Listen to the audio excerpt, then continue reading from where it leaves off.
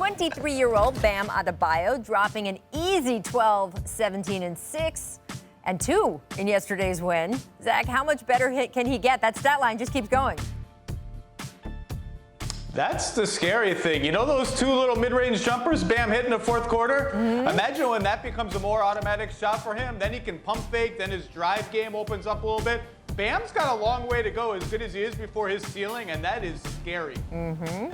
Yeah, that's exactly where I was going with that. So when he hit the jump shot, I was like, come on, man. Like, you got to have something that we got to be able to say, let him do that. I mean, everyone keeps saying, oh, he's like this player, he's like that player, but I feel like everyone we compare him to, he has the potential, just in style, to be a little bit better than, right? Yeah. Yeah, he's like in-shape Draymond. Right, well, that's what everyone says. He's like Draymond, but he's got a little bit more physicality than Draymond. All right, Miss Posterity. We've got another shot below the belt last night. That is the 3rd one of this series. You can see the pain on Russell Westbrook's face. Nobody wants that. Nobody. I mean, over under 5 grunt shots in Game 7. Sorry, it's a half. But what? I wanted to say 5. Can I ask why? Because I used to think, like, oh, maybe it's because Chris Paul's little and when he flails, it just happens to be in that area. But I'm like, we've had a lot of little players in the league. We haven't had this many clutch shots with any one player. Just get it out of the game, man. Under. Let's have a nice, clean Game 7, or let's go the other way and go straight Ric Flair uppercuts. That's all what over I the was floor. going for with the 5. 0, nice, clean game. I'm saying I expect it to be scrappy. Make family business. Families are in the bubble, guys. Look at Fred VanVleet welcoming his kiddos. This was so sweet. This didn't get you yesterday on social media. You have no heart. And later we see Giannis' partner and his newborn. I mean, this is some good news in 2020. We needed this, right? They got to be courtside. Look at little baby. Yeah. Aww. He is so cute. Yeah, shout out to Mariah, by the way. I worked with her at Summer League a long time ago. Look, for Fred VanVleet, I'm really interested in this. Because last year, if you remember, before he had a kid, he was struggling. Kid comes out of the mama, all of a sudden he hits every shot. So, are we going to see the same thing happen this year? Hey, I'm not in the bubble.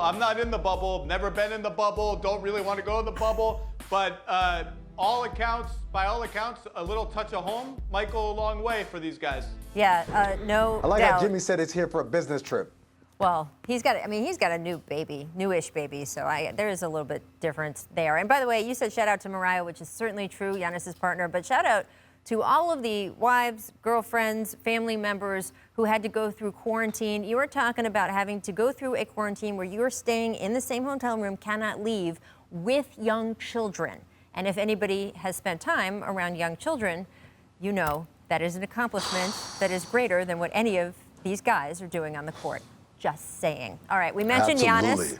We will stay with the Bucks and Heat, as Game 1 of that series definitely did not disappoint, guys. Jimmy Butler went off for a playoff career high. Ooh. 40 points, including 15 in the fourth quarter. Butler said of his late game mindset, quote, I told my teammates I probably wasn't going to pass them the ball.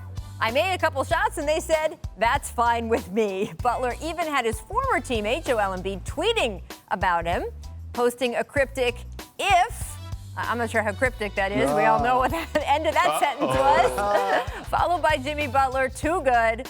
I'm sure Sixers fans won't be worried about that at all, guys. After the game, Defensive Player of the Year, Giannis Antetokounmpo, was asked about taking on the defensive assignment of Jimmy Butler, and here is what he said. Did you ask Bud to take Jimmy late? To guard him? Yeah. No, I didn't. Why would you ask that? Is that something you want to do going forward? No, I'll do whatever coach tells me to do. So that's interesting. Zach, what do you make of Giannis' response there?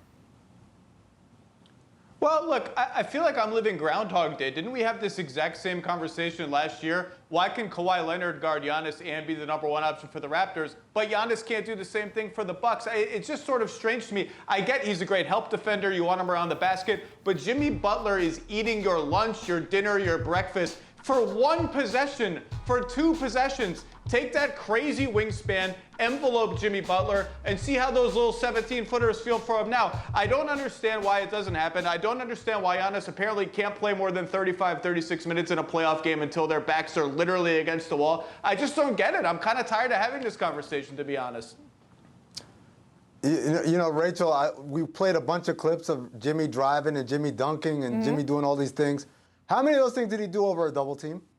How many of those things did he do against any duress other than one-on-one? Right. This league, it is so incredibly difficult to guard superstars one-on-one. And make no mistake, yes, you, Dan Le Batard, Jimmy Butler is a superstar. You guard him one-on-one, this is going to happen time and time again. You got George Hill guarding him. George Hill's a good defensive player. He's also 6'3". I mean, these are just mismatches for the guy. These are all straight drives. He's not seeing any help there, and which is the really weird thing, which is Milwaukee has prided itself all year long on, we don't give up the paint. We'll give up as many threes as we want. But they walked into that game, and they're scared of the Miami Heat's three-point shooting, to the point where they let Jimmy Butler run haywire one-on-one all the way to the paint. Well, it will be interesting to see what adjustments they make for Game 2. Coach Budenholzer was asked about this today, and he said that certainly, he said, it is a consideration and a discussion about whether Giannis would guard Jimmy Butler. Now, guys, we know that Bud has been criticized in the past for not making adjustments during playoff series, so we'll have to see what he decides to do there. This matchup, I think, is going to be good. I mean, I can see this going 7 games for sure. Definitely going to be spicy, so I'm excited about this one. Thanks for watching ESPN on YouTube. For live streaming sports and premium content, subscribe to ESPN+.